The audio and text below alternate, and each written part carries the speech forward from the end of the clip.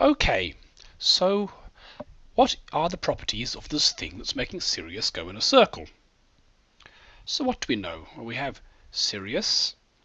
We know it has a mass m1 is about twice the mass of the Sun, so that's about 4 by 10 to the 30 kilograms. And it's going in a circle. And we know the radius of the circle is about 7 astronomical units. An astronomical unit is the distance from the Earth to the Sun, so an AU is about 1.5 by 10 to the 11 meters. Actually, the orbit is not a circle, it's an ellipse, but we're going to approximate it as a circle to make the maths a bit easier. The answer will come out pretty close to the right one. So, what can make a star move in a circle? Presumably, we've got Sirius, and there's the centre of mass of the system, and then somewhere on the other side of that centre of mass is our mystery object.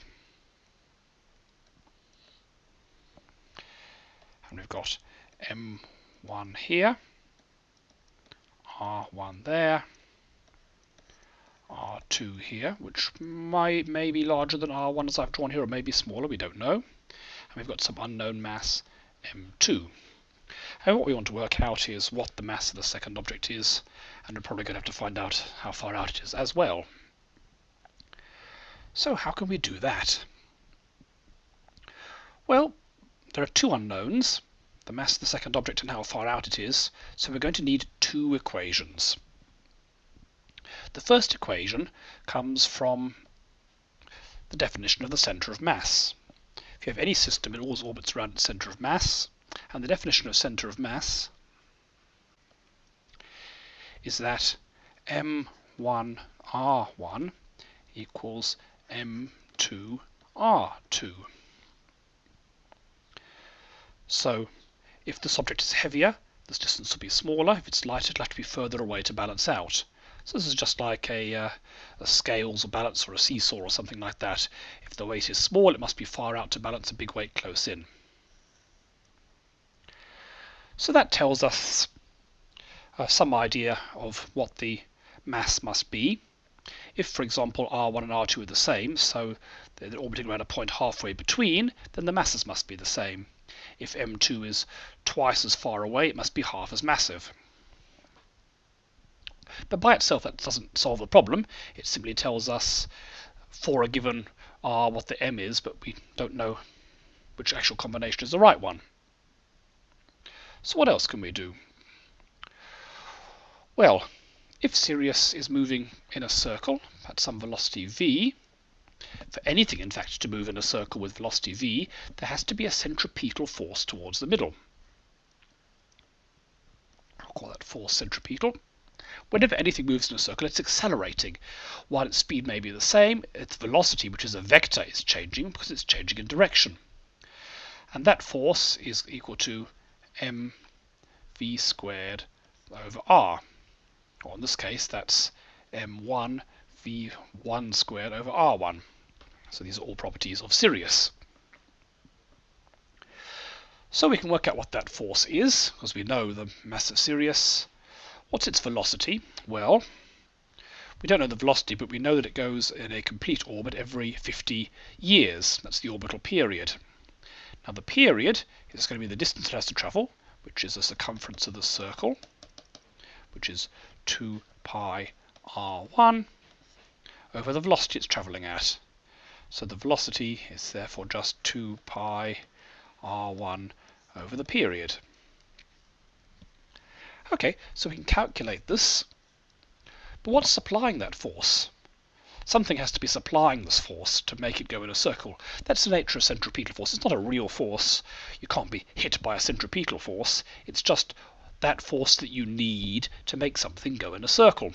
It has to be supplied by something else. If you're spinning a string around your head, it'll be the tension in the string. In this case, it must be gravity that's doing it. So this must be equal to the gravitational force. So we get that the centripetal force that we need, m1 v1 squared over r1, is equal to the gravitational force of the mystery object on Sirius. Now, gravitational force is given by Newton's law of gravity, so it's G m1 m2 over the distance between them squared. The distance between them is r1 plus r2 all squared. So that's our second equation. We can cancel the mass of Sirius in this. And so once again, we have an equation which relates the mass of the mystery object to how far out it is. So what do we do now? Well, we could combine these two equations, substitute, say, this one into that one, and solve for the answer. The trouble is that gives us a cubic equation, one that's in either r cubed or mass cubed, which is a bit painful to solve. Perfectly solvable. You can plug it into a symbolic maths program and get the answer out, but it'll be long and messy, and it's beyond the scope of this course. However, we can estimate the answer by drawing a graph. Let's rearrange this to get M2.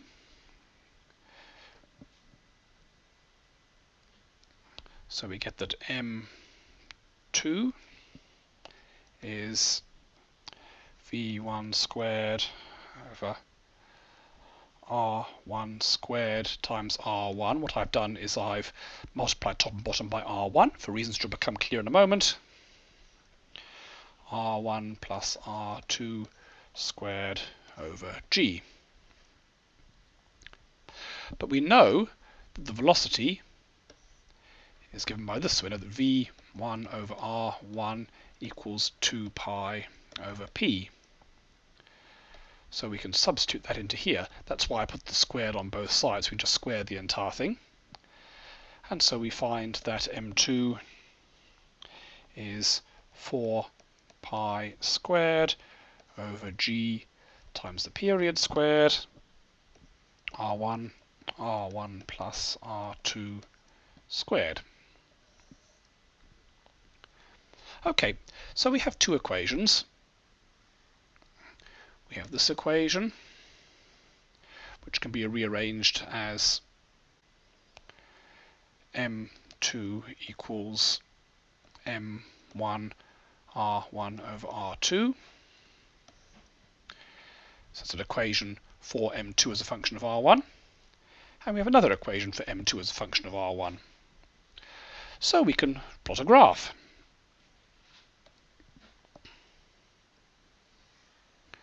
So if we plot the value of M2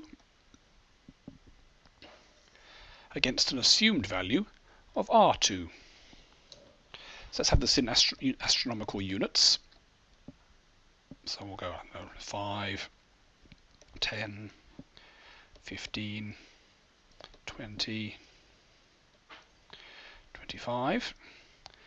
And over here we'll have the mass in units of 10 to the 30 kilograms. That's 10 to the 30, 2 by 10 to the 30, 3 by 10 to the 30, and 4. Okay, so if we plot this equation, we'll see that as R2 goes up, the mass is larger. That makes sense, because we're looking at this equation is telling us how big the mystery object must be to apply the necessary force, and if it's further away it has to be more massive to apply the necessary force.